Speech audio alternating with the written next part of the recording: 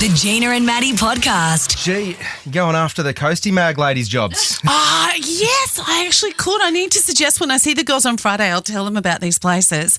I've lived here. I was just thinking about it. Over 30 years, I've lived here longer than my hometown of Toowoomba in Queensland.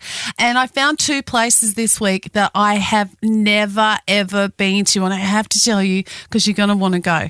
So on Friday, it was my girlfriend Sue's birthday, and we went out to breakfast to this place that was hard to find. So it's in Empire Bay, and you're following along. You go down past the pub there at Empire Bay, and we thought, oh, okay, it must be on the back of the pub.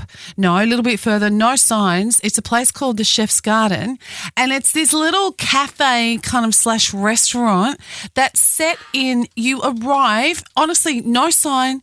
You walk through like on a boardwalk past all these beautiful giant tropical plants, and you literally feel like you're walking in Bali or Fiji as you get there, and you're like, oh my God, what is this? Then you walk over like a little fish pond, but like a big fish pond. So there's water, this bridge, garden is stunning. And then you get to this cafe in the middle that kind of feels like a tree house, and the food, oh my God. Really good. So it's all grown there. It's called the Chef's Garden at Empire Bay. Impact plants. So it's inside the nursery to impact plants. Well, this was the best part for me. Also attached to a nursery, because since I got older, loved nurseries. Love your plants. Love my plants. But the food, they grow all the vegetables, and I paid for this. This is not paid for anything. I'm just raving about this place. You won't need to pay for your next one, You right? have to try it out.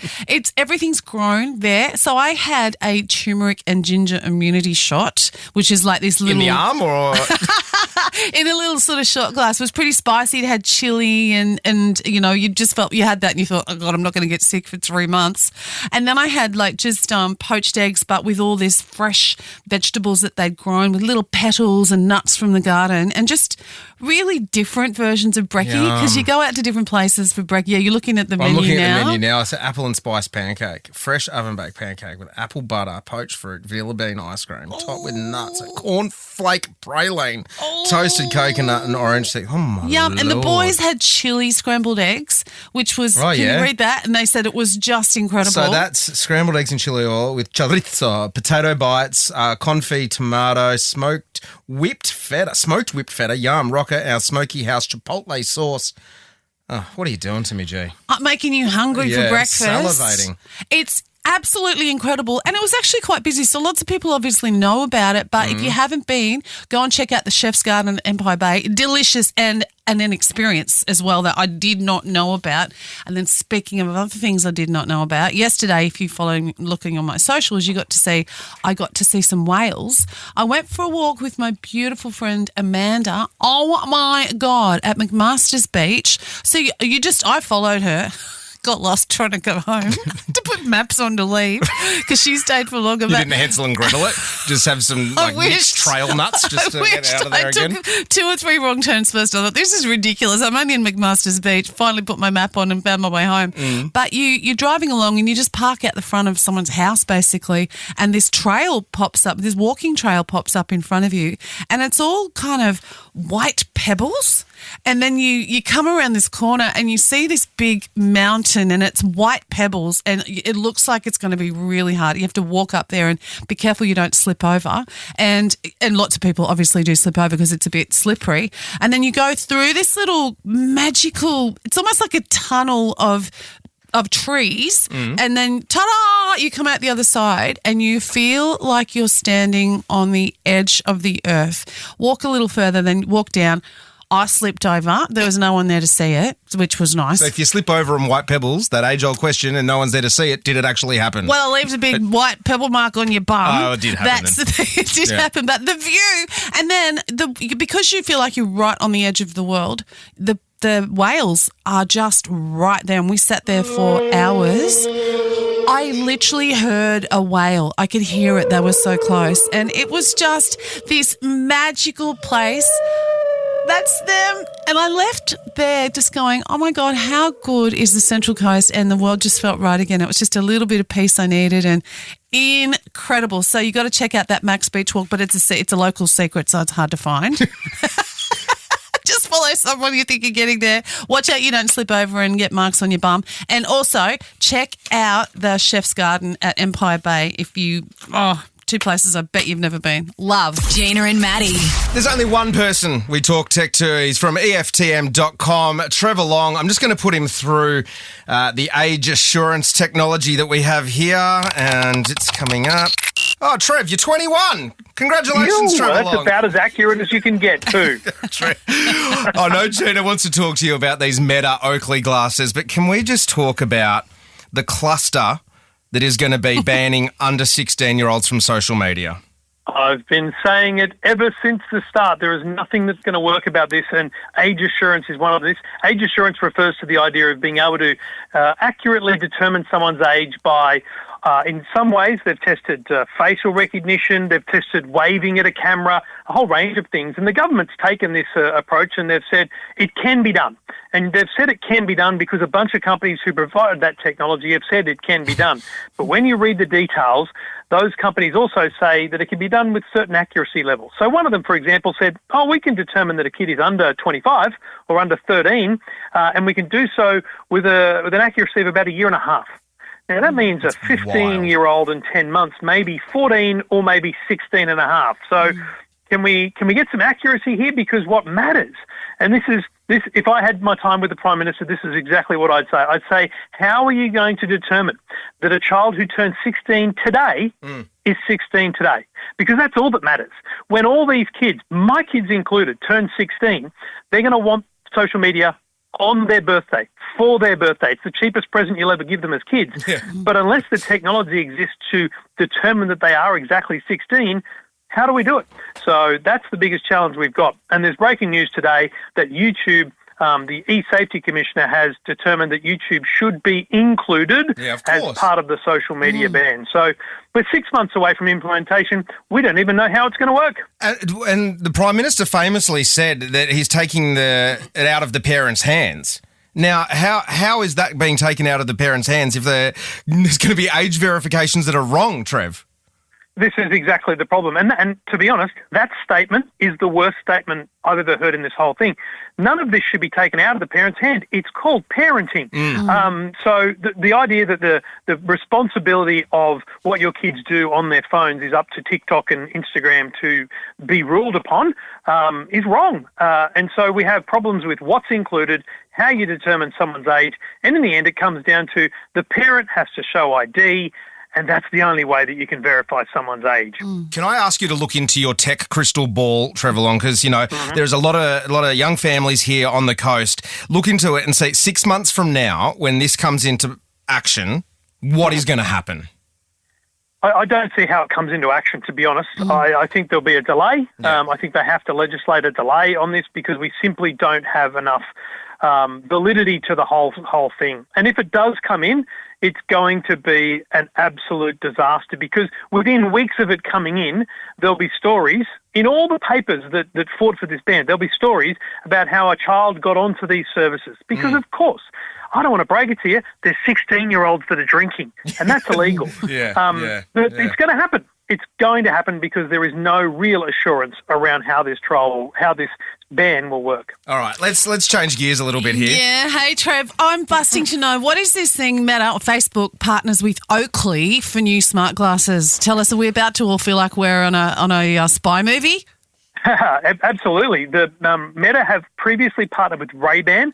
So I own a set of Ray-Ban Meta glasses. They look like normal sunglasses, but they've got cameras in them. And so I can take photos and videos, and I can also ask AI. And there's now a set of Oakley sunglasses coming. They'll be around $700 or $800 in Australia, so not cheap, but very cool looking glasses because you don't want ugly, big, bulky, unfashionable glasses wearing an Oakley brand. So you'll be able to go surfing, skiing, snowboarding, whatever it is you do with your Oakley sunglasses and record point of view video as well as use them for the smarts of asking what you're seeing, sharing on social media, and a whole range of other smart features. So you could be shredding it up down there on the ski fields and just go, hey, Oakleys, upload this to the gram, and it's going to do it. Spot on. In fact, when I was away for 2 weeks with the family, I didn't post on social media from my phone at all. I simply, if I was in Dodger Stadium or Disneyland, I would just say, hey, Meta, take a photo and share it on Instagram, and it would do it instantly. And that's how my Instagram stories were updated. Unbelievable. We're living the Minority Report, Trevor Long. For all the info on everything we've spoken about this morning and more, just go to EFTM.com. Trev, have a great week and we'll talk to you this time next week, buddy. Talk to you then. Bye. Gina and Maddie. We're talking about school camp. My youngest is going on school camp at the moment. Yeah, I'd be missing her if I was you. I hated when Jackie went on school camp, but I grew up in a country town, and the most exciting thing we had on our school camp was the teacher bought a watermelon. It was just... We might have looked at some plants. Sounds like a scene from Dirty Dancing. The difference, because I'm not here. Sorry, I wasn't there because I'm here when they got on the bus. And so Bella did all the goodbyes and she filmed the video of them all getting on the bus for me. And it's the classic. So she's the eldest, then you got the middle child, which is the brother, and then the youngest child, which is her sister. The difference between having a brother and a sister. So in the video, Billy's getting her bag and everything ready, and they all go to the same school. So Ziggy's there and he's just hitting her with a stick. Right. He's just hitting her with a stick with leaves on the end of it, just like a branch. Just whack, whack, whack, whack. That's how he's... Brothers. And then out of nowhere, the littlest one, the 6-year-old, runs up and gives her a big hug. And I was like, oh my God, that is just the cliche TikTok of, having a brother versus having a sister. School camp is where stories, there's folklore that comes from them. And so we thought we'd ask the question of what happened at your school camp. And we got 12-year-old Frankie on the line. G'day, Frankie. Hi, how are you? Really good, Frankie. Where'd you go for school camp? So last year when I was going to Year 5 camp at Great Aussie Bush Camp, we it was the last day and we were doing a bit of game of soccer while we wait for the buses to come. Mm. So someone kicked the ball into the bush and another person went to go grab it. And the ball landed on a snake and the snake was huddling around the ball so we couldn't get it. Yeah. Oh, no. The ball belongs to the snake now, Frankie. And they had to call like a snake person to come and get it.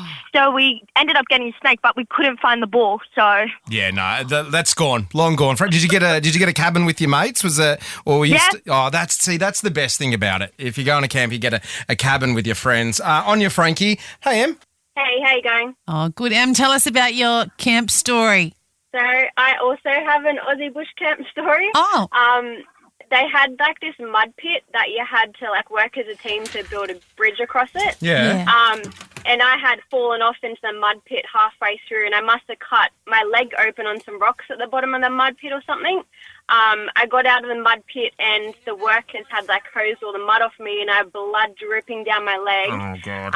And it sort of cut sideways across my leg and there's 2 dots on either side. So I have like a divided by sign scar. So I call that my Aussie bush camp. Divided by sign scar.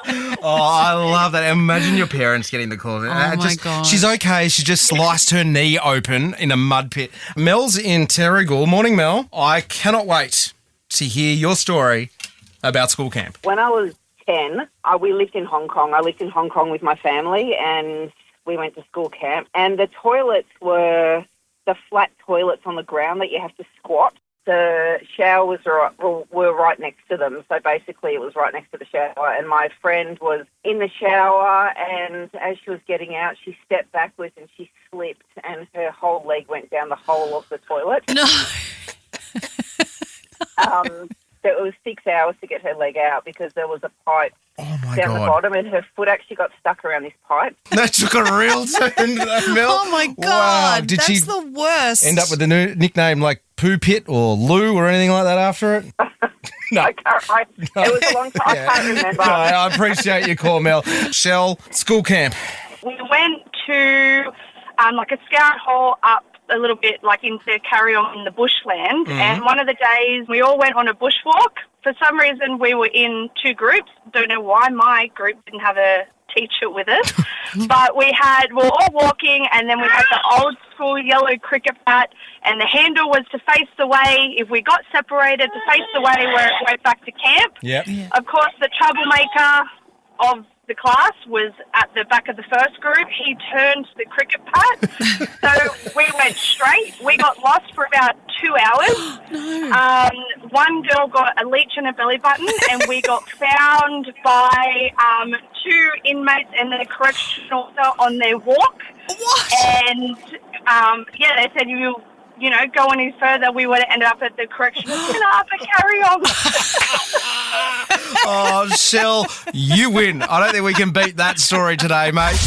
Listen to Gina and Maddie weekday mornings from 5:30. Live on the Star Player.